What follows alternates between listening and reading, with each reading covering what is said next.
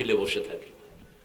আমরা পেয়েছি, আমি অনেক ফিডব্যাক পেয়েছি, বিশেষ করে নওগাঁতে একবার একসাথে 12 জন কালেমা পড়ে মুসলমান হয়ে গেছে। তা আমি পরে বলেছিলাম ওদেরকে যে আপনারা আপনাদের এই মাহফিলে ওর জন্য আলাদা প্যান্ডেল করবেন।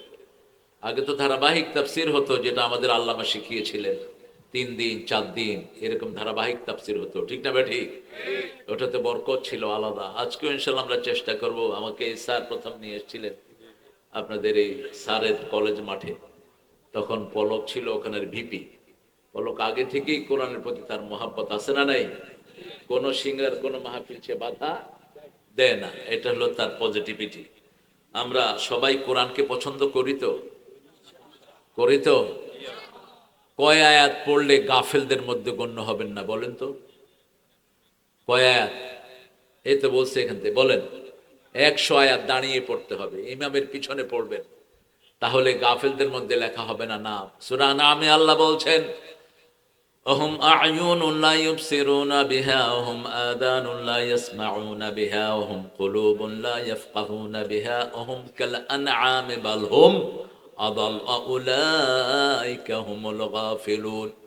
দুনিয়াতে কিছু মানুষ আছে, চোখ আছে কিন্তু কোরআন দেখে না, কান আছে কোরআন শুনে না, অন্তর আছে কোরআন অনুভব করে না, কোরআন অনুধাবন করে না। এরা জানোয়ারের মতো, তার চেয়ে পথভ্রষ্ট, তার চেয়ে উলাইকা হুমুল গাফিলুন, এরাই হলো গাফেল।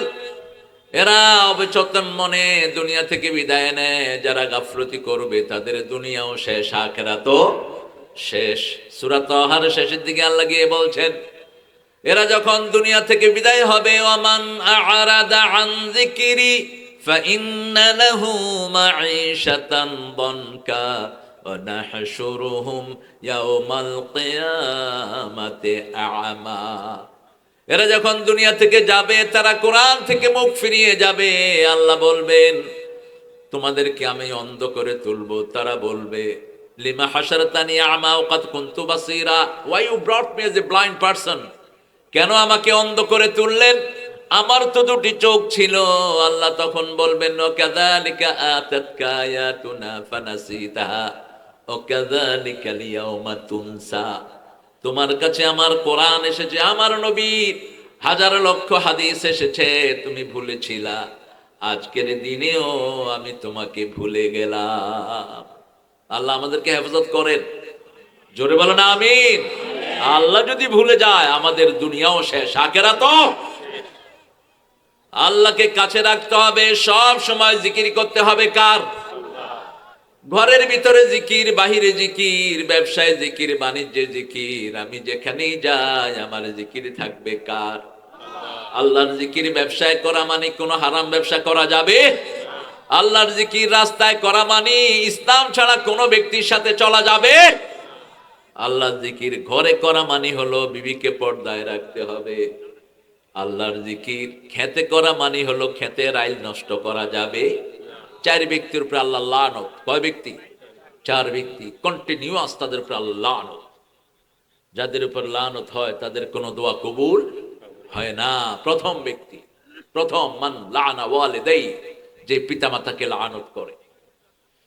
সাহাবায়ে কেরাম জিজ্ঞেস করলেন, এরা কারা, কোন সন্তান তার পিতামাতাকে লানত করে? রাসূল সাল্লাল্লাহু আলাইহি সাল্লাম বললেন, 2 ভাবে লানত দেয়। এক ভাবে হলো, তোমার মতো বাপ যদি আমার না হতো আমি খুশি হতাম। এরকম কথা বলার পোলাপান আছে না নাই? তোমার মতো মা আমার দরকার। কত কষ্ট করে তোমাকে মা লালন পালন করেছেন, তোমার জন্য যৌবনটাকে শেষ করে দিয়েছেন। সেই মাকে যখন তুমি এরকম বাজে কথা বলো, তোমার উপর লানত দেন কে? আল্লাহ। 2 নাম্বার, যেই মানুষটি অন্যকে গালি দেয়, অন্যের পিতামাতাকে গালি দেয়, সেই গালি এসে তার পিতামাতার উপর পড়ে, একেও আল্লাহ লানত দেয়। আল্লাহ আমাদেরকে হেফাজত করেন। 2 নাম্বার, মান গায়্যারা মানারাল আরদ, যে আরেকজনের জমি দখল করে নিয়ে যায়। আছে না নাই? জমি দখল করে নিয়ে যায়, হাল চাষ করতে করতে নিজের জমির ভিতরে আরেকজনের জমি ঢুকিয়ে ফেলে। আছে না নাই? মান গায়্যারা মানারাল আরদ, who change the sign of the earth. একটা চিহ্ন আছে, এটা অমুকের জমি, এটা অমুকের জমি, সেটা চেঞ্জ করে নিজের ভিতরে ঢুকায়া দেয়। আছে না নাই? 3 নাম্বার, মান আওয়া মুহদিসিন, যে কোনো বেদাতিকে আশ্রয় দেয়, বেদাত করে, শিরক করে। আমাদের সমাজের ভিতরে এরকম লোক আছে না নাই? তাবিজ আসেনি? কথা বলেন, তাবিজ কি বলেন? জোরে বলেন। হ্যাঁ, মানুষ খুব ভয় আছে কি কে ভেজালে পড়ে। রাসূল তাবিজ পছন্দ করতেন না, আর বলতেন মান আল্লাকা তামিমাতান ফাকাদ আশরাক। কেউ যদি তাবিজ ঝুলায় সে শিরক করে। আল্লাহ আমাদেরকে হেফাজত করেন। আপনি কোরআন পড়েন, খুশি হবেন কে? কোরআন পড়ে ফু দেন, খুশি হবেন কে?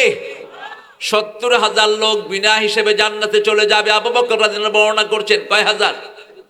70,000। আবার আরেকজন সাহাবী বলছেন আমি শুনেছি হয়তো 7 লাখ বিনা হিসাবে বেহেশতি। রাসূল সাল্লাল্লাহু আলাইহি ওয়াসাল্লামকে জিজ্ঞেস করা হলো এরা কারা? রাসূল সাল্লাল্লাহু আলাইহি ওয়াসাল্লাম তিনটা কথা বললেন, ইয়ারকুনা লা ইয়ারকুনা বিগাইরিল্লাহ, যারা আল্লাহর নাম ছাড়া, কোরআন ছাড়া অন্য কিছু দিয়ে ঝাড়ফুঁক করে না। ঝাড়ফুঁক করলে কোরআন দিয়ে করে। কি দিয়ে? কোরআন দিয়ে করে। সূরা ফাতিহা দিয়ে করে, সূরা দোহা দিয়ে করে, সূরা রহমান দিয়ে করে, সূরা ওয়াকিয়া দিয়ে করে। কোরআন ছাড়া তারা ঝাড়ফুঁক। কিছু কবিরাজ আছে জিনদের নাম দিয়ে ঝাড়ফুঁক করে, আছে না নাই? জিনদের নাম দিয়ে করে, কুত্তার নাম দিয়ে করে। কুত্তা, ওই যে আসহাফে কাহাফে, কুত্তার নাম দিয়ে করে। আজে বাজে জিনিস দিয়ে ঝাড়ফুঁক করে। এই যে সাইন ইউজ করে 587, তারপরে এই নাম্বারগুলো ইউজ করে ইহুদিদের নাম্বার, এগুলো নষ্ট, ভ্রষ্ট। এগুলো করা যাবে একমাত্র কোরআনের আয়াত ব্যবহার করতে হবে। যেমন আবু সাইদ খুদরি সূরা ফাতিহা পড়ে সাপে কাটা রোগীকে ভালো করে ফেলেছেন। তিনি ফু দিয়েছেন, ভালো করে দিলেন কে? কারণ কোরআন কার কালাম। এখন লোকটা ভালো হয়ে গেছে, সমাজের নেতা বলছে আপনি কি চান? বলছে 30টা ছাগল দে। কয়টা? 30টা ছাগল দে। দুধ খেলেন তিনি, রাসূলের কাছে ছাগল নিয়ে গেলেন। রাসূল সাল্লাল্লাহু আলাইহি ওয়াসাল্লাম বললেন হেরে আবু সাইদ, তোর এই চিন্তা শিখিয়েছে কে? সূরা ফাতিহা দিয়ে ফু দিলে কাজ হয়। তিনি বললেন যেটা দিয়ে রূহ ভালো হয় সেটা দিয়ে শরীরও ভালো হতে পারে। আমি সেটা পড়ে ফু দিয়েছি, ভালো করে দিয়েছেন কে? আসলে ভালোর মালিক তো একমাত্র একজন। কে? তিনি আল্লাহ। আমরা শুধু উসিলা মাত্র। ঠিক না? ঠিক। আমরা কোরআন পড়ি, যেমন জান্নাতে পাঠানোর একমাত্র মালিক কে? আমরা শুধু নামাজ পড়ি। আল্লাহ বলছেন নামাজ পড়ো, নামাজ জান্নাতের কি চাবি। তুমি চাবিটা নিয়ে আসো, বাকি কাজটা করবেন কে? আল্লাহ করবেন। আবার নামাজ পড়ি, নামাজের ভিতরে মনোযোগ থাকে না। ঠিক না? ঠিক। আলী রাদিয়াল্লাহু আনহুর কাছে এক লোক আসছে, এসে বলছে আচ্ছা আলী রাদিয়াল্লাহু আনহু, আমি নামাজ পড়ি, আমার মনোযোগ ঠিক থাকে না, কোন দিকে যায় আমি টেরও পাই না, আমার নামাজ হবে? আলী বললেন না, হবে না, ভাগো মিয়া। রাসূল শুনে ফেললেন সাল্লাল্লাহু, শুনে বললেন এই আলী শুনো, আমি তোমাকে একটা রুমাল দেব। কি দেব?